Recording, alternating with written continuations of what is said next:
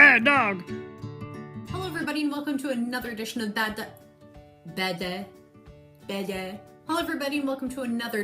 Dog Toys, the toy review channel for people who like my shirt. Well, let's just get right into it.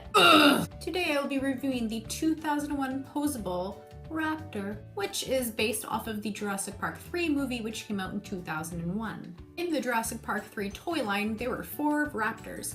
There was the Pack Raptor, the Stalking Velociraptor, the Alpha Velociraptor, and then this guy, the Posable Velociraptor. And if you guys remember my previous video, in the Jurassic Park 3 toy series, there were actually 2 posable figures. There was this guy, which I'm reviewing right now, and then there was the Spinosaurus, which I did a previous review on. Both of which are not posable, really. I mean, it's not moving. I don't know why they called it posable. It's just latexy and rubbery. That's about it. So the arms can't move.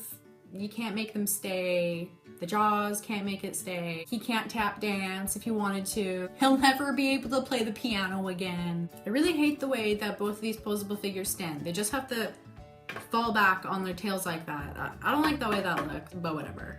So if we take a look at this guy, he's about 10 inches tall and about 12 inches long. As I mentioned in my previous review of the Posable Spinosaurus, Hasbro kind of shied away from what Kenner was doing in the Jurassic Park 1 series.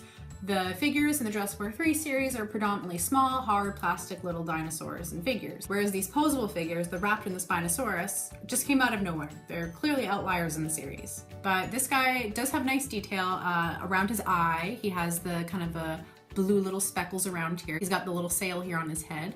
And I do like the kind of molding detail on this guy a little bit more than the Spinosaurus. And he also has some coloring underneath his claws as well, and his hands here. And of course he's got the little curly toes. And he does have a nice long tail. Here's a close-up of the Jurassic Park 3 logo on his left thigh, and a close-up on his head with all the detail. Here is what is under his feet, and a shot of the belly. Now, compared to all the Raptors that were ever made in the Jurassic Park 1, 2, 3, and even right now Jurassic World, out of all the toys that they made depicting Raptors, I actually think that this is my favorite. All the other Raptors that were created were small, hard little plastic figures. Some of them have wounds that come off, some of them have wounds that can't be covered. In terms of realism, I think this guy looks pretty realistic. And in terms of playability, this guy is pretty robust and very hardy. So if you were a young child back in the day and you're playing with this guy, this probably would have been one of your favorite Raptor toys. He's nice and big. Yeah, he's obviously bigger than any of the figures that were produced, so he's not really properly scaled in compared to all the other figures, but he is very, very pretty. Fun to look at. I wish he was my boyfriend. I purchased this posable figure along with the posable Spinosaurus figure on a used site in my city for $20 altogether. So I consider getting this guy for 10 and the Spinosaurus for 10 Canadian dollars as well. I saw this guy going on eBay for about $60 US, and it was in really poor condition. I mean, the paint was like completely coming off the tail here. He had scratches everywhere and he was just in really bad condition. This guy here is really mint. There's no scratches on him. He's fantastic. He's a catch. Considering the mint condition that this guy is in, I would say he'd be valued at around 80 to 90 US dollars for sure.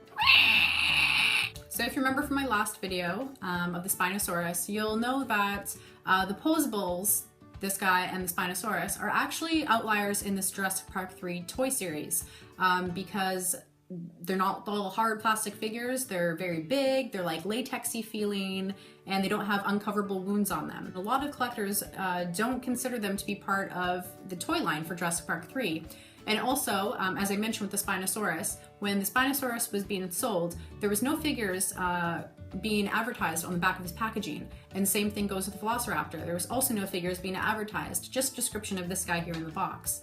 So with that in mind, I believe that really does increase the value of these posable figures because collectors don't really see them as part of the series. They're kind of more rare, I believe. Oh, you're my favorite Raptor ever.